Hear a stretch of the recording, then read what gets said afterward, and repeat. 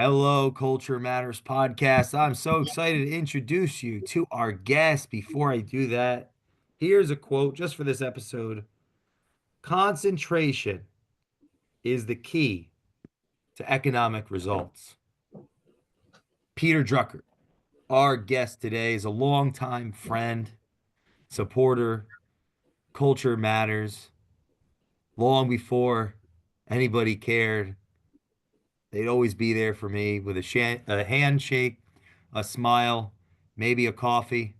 They've been a successful advisor, guide, Sherpa in a way to their clients over the last 2+ decades as it relates to the home buying process. Not just they're not just a debt dealer, they're a dream creator. Now I sound like I'm reading from some kind of fairy tale, but a great longtime friend I've been wanting to have on the show for a long time because of their values and how they do their business and their reputation among friends, mutual friends we have in the Culture Matters podcast here. The one and only Rob Wishnick. Thanks for coming on the Culture Matters podcast. I'm really excited about this. Excited to be here. You said something about concentration. I can't remember what you said. Yeah, it's this concentration is the key to economic results. What Peter Drucker, he's one of those tried and true leaders in business. I like to read his clippings, but what comes to mind when you hear that? Yeah. Yeah. To me, what I have to stay concentrated on the most to get the results that I want is being consistent. And that to me is it's hard. It's hard to be consistent at anything, right? And that's why so few people can do it successfully. But when you are consistent in whatever your goal you're trying to get to, typically you get the results you want, and it just requires a lot of effort and concentration. So I like that quote. Perfect. Well, I was looking for accounting quotes, being that you had a background in numbers before the business that you're in today. But to tell you the truth, none of those quotes really sounded very interesting. Were That's you, why I never wanted to be an accountant. It's yeah, not I very wanted interesting. like how quickly did you figure out that pursuit from an education standpoint wouldn't be yours? Because you did schooling for accounting, right? Yeah, my father was an accountant by trade, and I took my first accounting course in college, and I knew immediately. I didn't like it. Like, it was not a career I wanted. But when I was getting my master's, and I felt it was the subject I just needed the most help on, so I chose that to focus on. Got a master's and started the mortgage business while I was getting the master's, and Wow. never left. So it's never even put it into practice. But it was a good background to have. There's we're coming through tax returns all the time, and so it really helps with that. So it certainly was helpful for my career, but just not something I ever wanted to go full time at. Now, was it a mentor or some type of relationship at school that led you to come into contact with the mortgage business? And that was what, 2000 or 2001? 2003. So I was just in a job that I felt was not much of a career. The housing market is roaring at this point. I knew you needed a mortgage to buy a house. That was literally all I knew about the business. And I, a woman I grew up with and went to high school with, middle school and high school with, um, her father owned the mortgage company and just needed people with some sense of some sort of brain to help and start by processing deals, get deals from start to finish, and that was the intro. And I was told my first day there, or my second day there, it was like, leave now or you're never leaving. And I didn't leave, and 22 years later, here we are. What would you say early on you learned that you still use today? So I started as a processor, Wow. and I saw a lot of people around me making a lot of money and growing businesses, and I took the slow and steady approach. I wanted to learn. I'm doing things for the long term. I'm not a job hopper, and it's I'm I guess old school in that capacity, but um, I really just wanted to learn the business. So, what better way to learn by getting other loan officers' deals to the table? You learn underwriting real fast, learn how to price loans. You just learn a lot about the business, so many different aspects. And it was the best approach. And then when I was comfortable enough, I started growing my book of business to the point that the processing really wasn't worth my time, and it was really more about how can I get in front of more people and more agents and customers. How many years did you do the processing?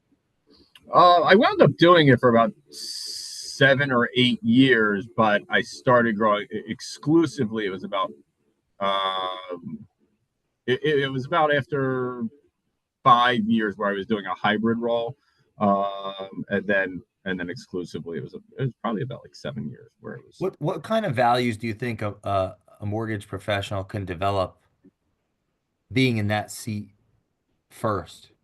Yeah, so I mean, you gotta have compassion, right? We're in a world where getting a mortgage has almost become a commodity, right? There's an expectation that this other person got a mortgage, I should be able to get a mortgage. But as many situations as you see, so many are similar, but no two people are the same. No two scenarios are exactly the same. A lot of similarities, but not identical.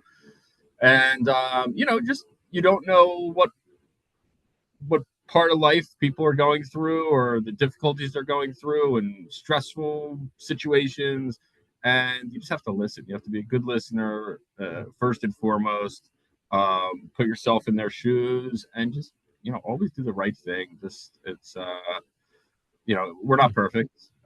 We have a pretty darn good system, but nobody's perfect. And but we really try and make it an ideal customer experience. So How has it helped you, if at all, as a leader to be in that seat at one time, in the processing seat, having gone to the advisor? yeah. So first of all, I feel like I can do anything that they are doing. I'm versed at, right. So I trust my team intimately. That I'm not a micromanager. I trust that I've put people in the right place to handle what we put in front of them, without having to breathe down their necks and make it a stressful environment. So I recognize when I'm being tough on my people, and I recognize then when I need to be, have that compassion and bring the cultural aspect of it. How do you balance the underwriting aspect with the desire to help a customer get their dream accomplished? Yeah, so that's the where the expertise comes in, right? Having that the keen guideline knowledge. You come to me for a pre-approval. It's not, and I say you're pre-approved. It's not that it's not a matter if you're getting the loan. It's just what's gonna take to get there. What kind of documentation and setting people up for what the expectation should be. So we'll have some people come to us, and they are. I always like to say, like, it's sort of like more money, more documents, more money, more problems. Well, it's more money, more documents, right? If you have 5 businesses and you're pulling money from all these businesses or various accounts, it's more documentation. And if you don't prepare somebody that, hey, this is going to be pretty document intensive, just want to make you aware, it never helps the experience. So if you lay that expectation out up front, people understand. You know, they're not hit blindsided. Can the entrepreneurs that are listening to this, that are being told not to buy a house, but to rent on Instagram, Mm-hmm. thoughts? Yeah. Buying a house is not for everybody, right? If you like to travel a ton and you are all over the place for your business, or personally like to travel all over the place, and you know it doesn't have to be for everybody. I've seen these posts and I've seen some of the podcasts, and um, it's it's not for everybody. Like if you want that home base and you don't, it can be more costly to buy than rent in some circumstances. And if you like to, there's some people that I don't like to lease cars, right? For various reasons. I like to own my car. Some people want a new car every 2-3 years. I'm trying to get milk every day out of my iPhone 12 here, just because I'm just used to it. I'd rather just stick with what works and not have to go to the 16 and take a day or 2 days to be Uh, on the downtime. So If you're Mm. of the mindset that you like to be free and not have anything tying you down, a house can certainly tie you down. So How do you how do you help potential buyers figure out what's best for them? What's that yeah, so it's really dialogue look like? yeah, it's not complicated. It's for me what I'm trying to get out of the initial conversation. What's your monthly payment comfort level, and how much money are you willing to part with for this transaction? I'll figure out what goes to down payment and what goes towards closing costs. But what's that monthly payment comfort level? Because those two numbers alone are all you need. And then you say, okay, this is the range you should be looking in. And if that range satisfies you, it gets you the home you want, great. If something's not working, then okay, do we need to go up in price? But those two numbers tell you everything.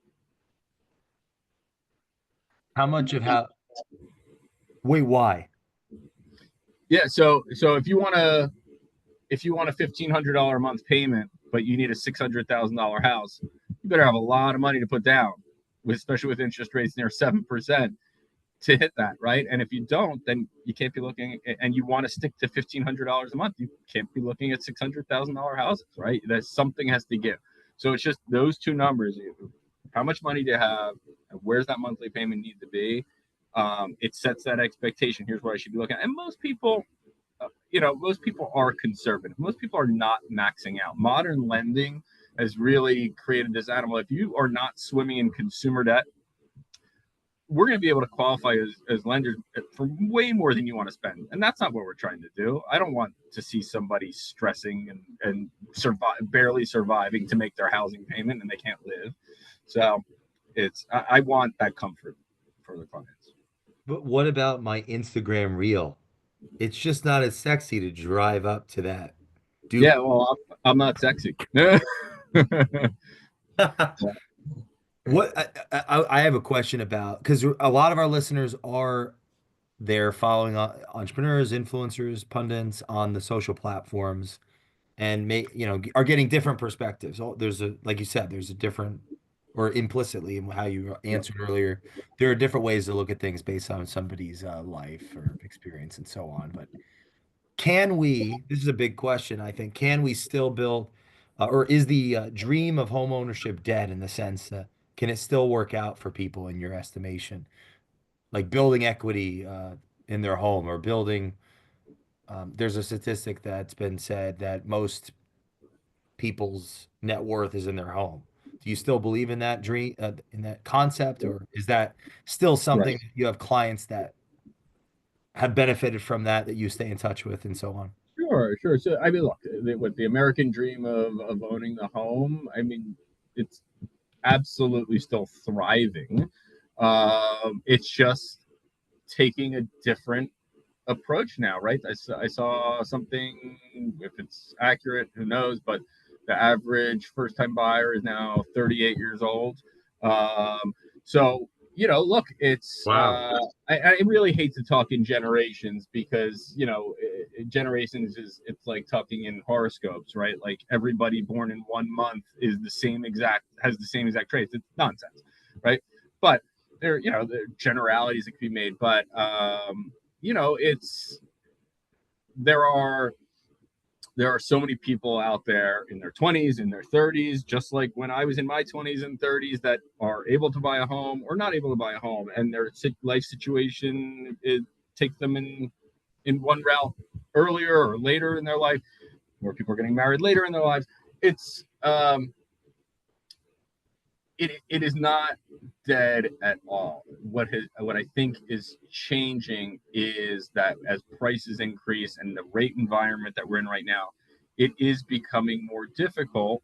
That without taking a risk with a higher payment, yeah, are there other options or are there alternate options that you can try? But renting's not cheap either, right? Rents everywhere through the roof.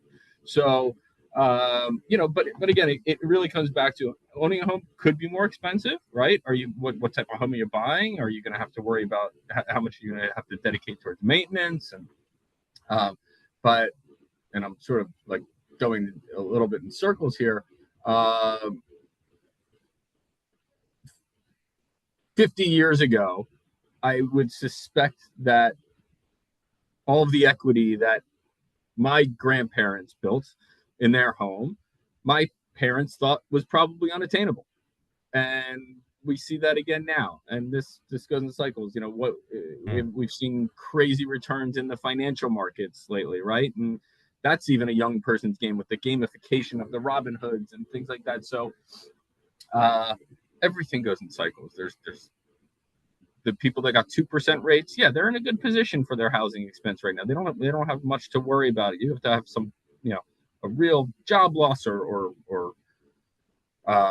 serious life event, health, a major health event where stuff's really got to hit the fan for them to give up their housing. Now it's a little harder. 3 years later, it's a little harder. Rates are three times, two and a half, three times the amount that they were. The affordability factor of housing has changed, but I think eventually something is going to have to come along to be the great equalizer. Maybe it's more new construction, and maybe builders are given more incentives to build new homes, and then it brings in a whole new crop of buyers. Something's going to happen. What about consumer debt being at an all-time high and home equity being very, very thick? What or big margin or delta there? What are Yeah, your it's thoughts on scary, that right? scenario? Yeah, it's definitely scary. You there's definitely more money in the system than there was 3 4 years ago. I don't think there's any doubt that the printing machine definitely used a lot of ink, and it is scary. And how that's going to resolve itself, it's, are we entering into another crisis, so to speak, or that yeah, there's one way to get out of debt, or there's a couple ways to get out of debt. There's one real, positive way to get out of debt, and that's to save, to pay your way down. But it's it's scary, no doubt. But there are solutions. More and more.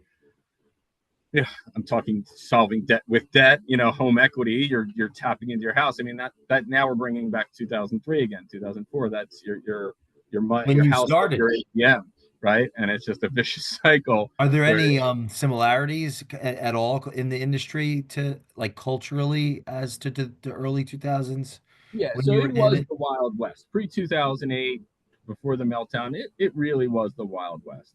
There was very little regulation, and that has subsided a bit. You start to see some of these, what they call non QM programs, coming about again, these bank statement loans, people that don't qualify with the traditional methods of underwriting.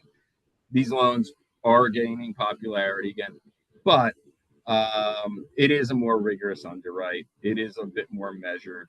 But the private sector is starting to take over some of those loans, and it's uh, but it's nowhere near the level of 2008. The one thing is, especially in a lot of markets, especially where I'm at in Philadelphia and the suburban Philadelphia market, South Jersey, um, the inventory is so tight that values that keeps the values increasing, right? And um, most people are in fixed rate programs now, right? Adjustable rates aren't as popular now. They're gaining a little more popularity as rates rise, but too many people are in that sub 3.5% interest rate market where they're in a good position. And again, it's going to take a serious life event to get them out of that. So the worst case is they don't sell. They've gained a lot of equity. Every year, more equity is being gained because there's just a low inventory, highly competitive market, too many buyers. So their houses continue to gain value. So there is a Mm. significant amount of equity there. The downfall really, I mean, there were many factors that led to it, but ultimately, when the person putting 3 5% down or 0% down now couldn't, and their house was going underwater, led to they couldn't get out of that loan. That's the total opposite of what we're seeing now. People are gaining equity. You buy a house in a suburban Philadelphia and you bought it 2 years ago, you've got a significant amount of equity right now, no matter how much. How do you think how from an anecdotal standpoint, what's the spirit of past customers in those? what's the spirit, or what's the feeling of the customer base around transactions in the last 3 years? High morale, uh, apathetic. What are you Yeah, seeing it out depends. there? It really depends where people are buying. There are certain I've had clients that have missed out on deals for 3 years at this point, right? And but they're doing what they're comfortable with. If they're not comfortable with the offer, um, then they don't go through with it, right? Some people are dead set on a certain limit. Again, it comes into those limitations. Where's my monthly payment comfort level? But then when you get into these hyper competitive markets where you have to waive all of your contingencies and there's no home inspections and things like that, the real estate agents we work with really try and set a good barometer for those people. Like, here's what you're going to be up against, right? Here's what you should expect. Like, you're going to lose out on homes. It's very rare you're going to come in and get the first home or the second home you see. So it depends on the locale. In the city of Philadelphia, for instance, it's you list a great house on a desirable block, like and it's at a reasonable price, there's going to be a lot of attraction to it. But a lot of the areas that were starting to expand pre-COVID that then halted during COVID, you can buy some really great homes in some of these areas that were really trying to grow out. And I call them like hotels. Like, literally, you're buying a brand new everything. And there's not as much competition in those areas, and you have your pick of which house you want. So it Hmm. really just depends where, and then the expectation of the buyer.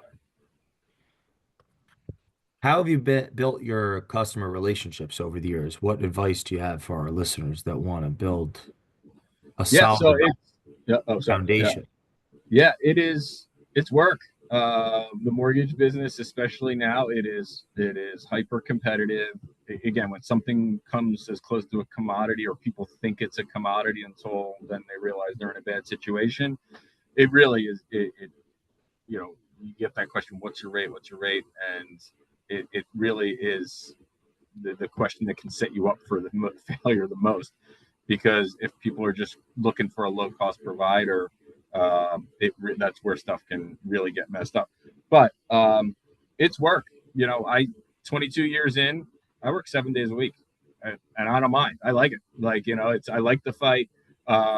Is it my ideal job? No, I don't even know what that is. But I found something that I'm decent at. It still rewards me well. It is still as rewarding to me that I can help people, and I know that they are not getting taken advantage of. So I mean, it's really it's a grind like anything else, but it's going to go through some easier times and tougher times, and it's you have to be ready to put forth the effort. It's who you have to target is as important, or who you should be targeting is as important as the end customer, because you can waste a lot of time doing certain activities and it just doesn't take away any business for you, and then you're spinning your wheels, wasting your time, and nothing for it. What activities have worked for you? Yeah, so for I started the business, and I really wanted to use my business relationship in the community to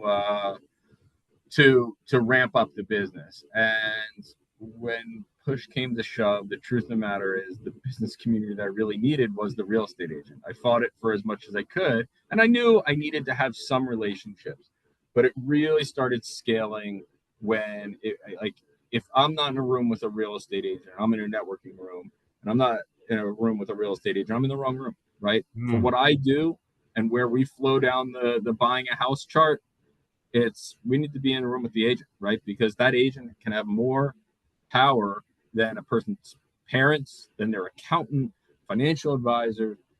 Not everybody, but many. And somebody's out in an open house with a real estate agent that I work with, and they don't have a pre-approval. Yeah, like, that's an important call I'm getting.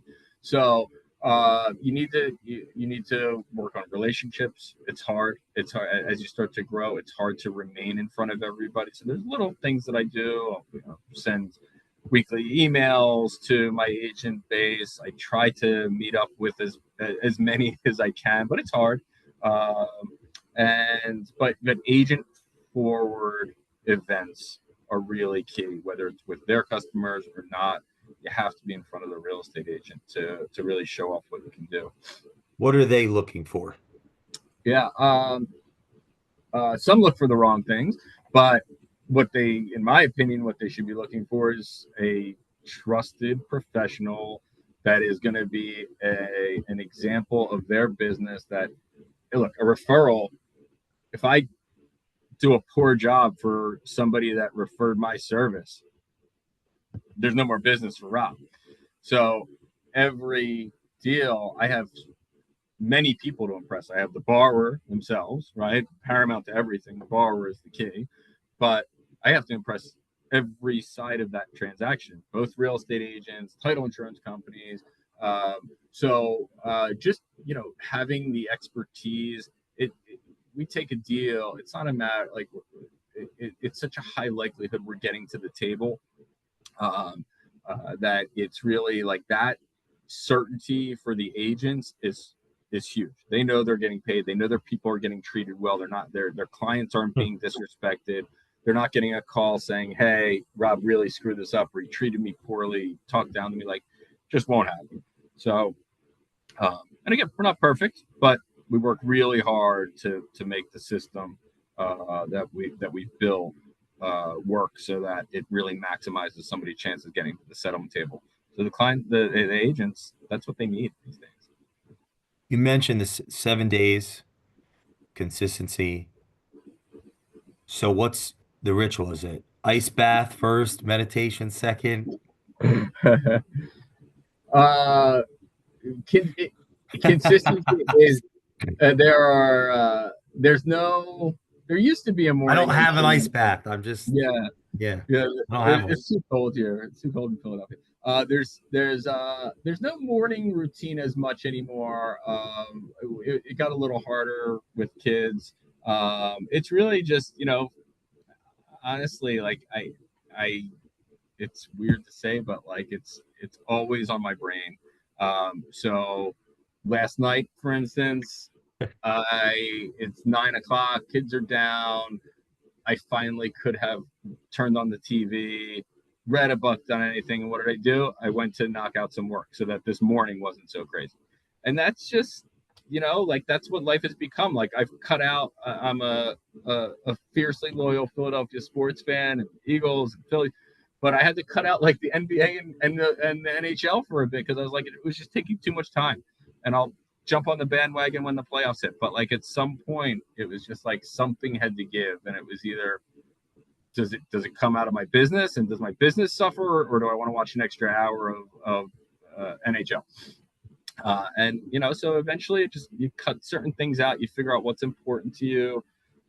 Where do you want to be spending your time, and those are the rituals. It's just, and that's where the consistency lies. But like, I'm a social media misfit, and I said to myself, like, 30 days, like at the beginning of December, I'm like, I'm gonna figure this thing out. Like, I might need help professionally at some point, but I'm just gonna start and just post every day.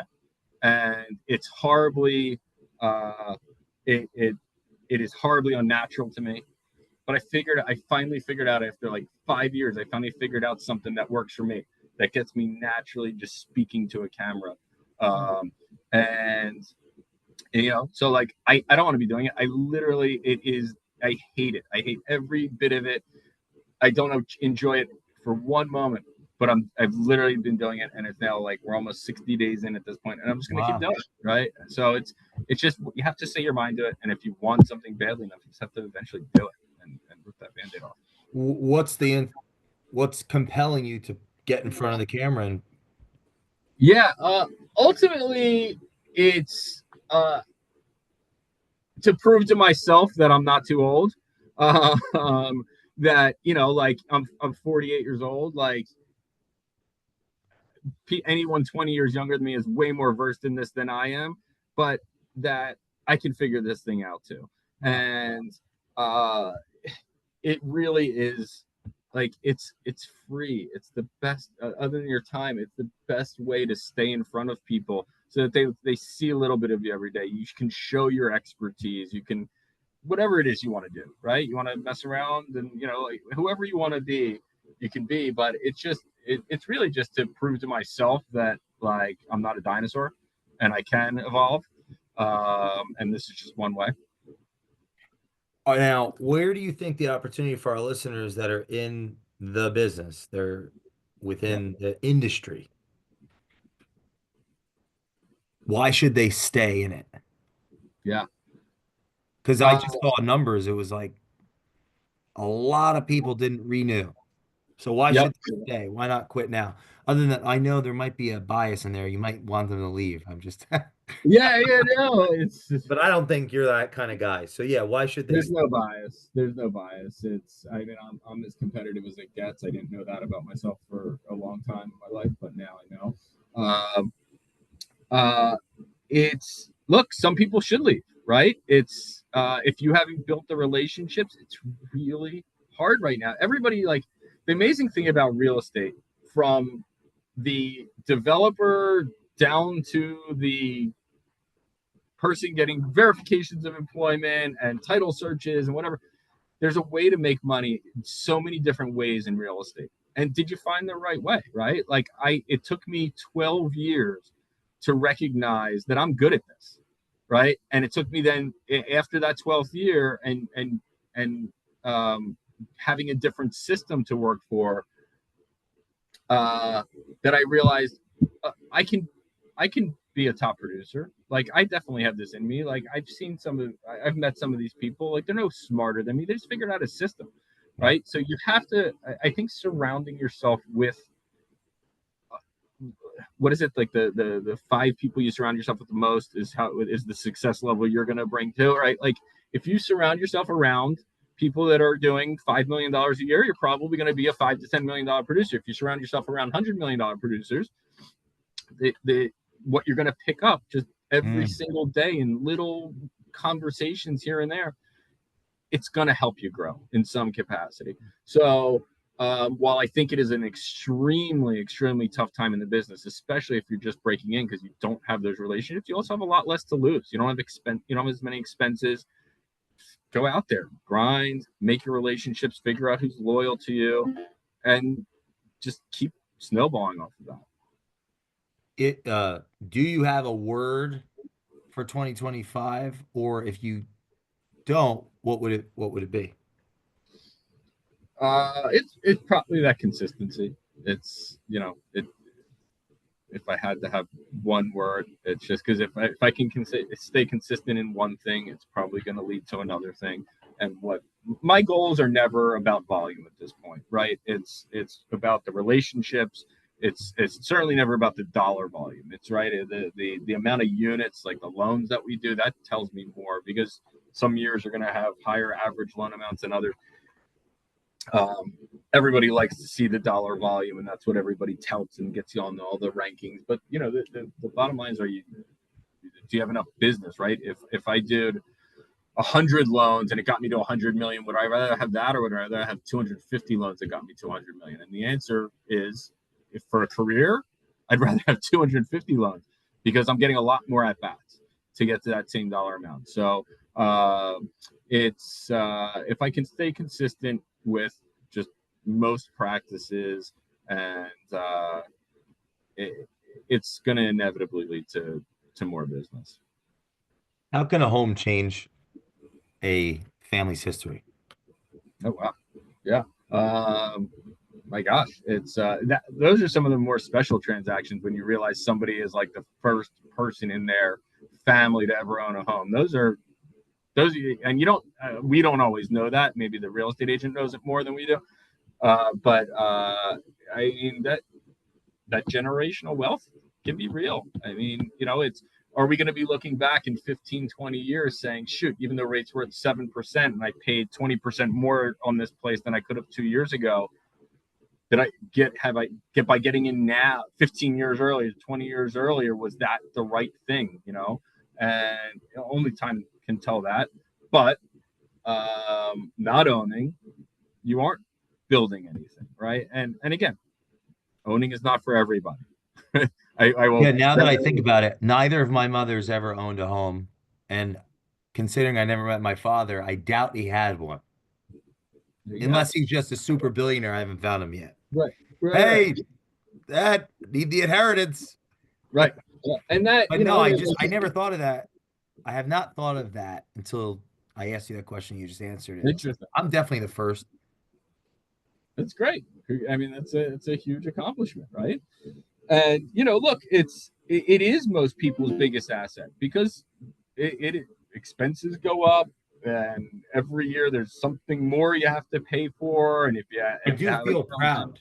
yeah, yeah, and if you have a growing family and you're paying, and then you're trying to pay for college and you're trying to pay for gosh, like don't even get me started on the fear of long-term care insurance for yourself. Like it's like there's always something else to pay Yeah. for, and it's like where Yes. does this endless money supply come from? How do people do this? So yeah, most of their money in retirement comes from their largest asset, which is the equity that they grew in their house. So is That's it a better? great point you bring up because somebody that's responsible for their community, I'd like your feedback on this. If I'm thinking about my parents and their care, I'm thinking about my children and their education. Like, yeah, it's coming in, but it's going out to the future for everybody.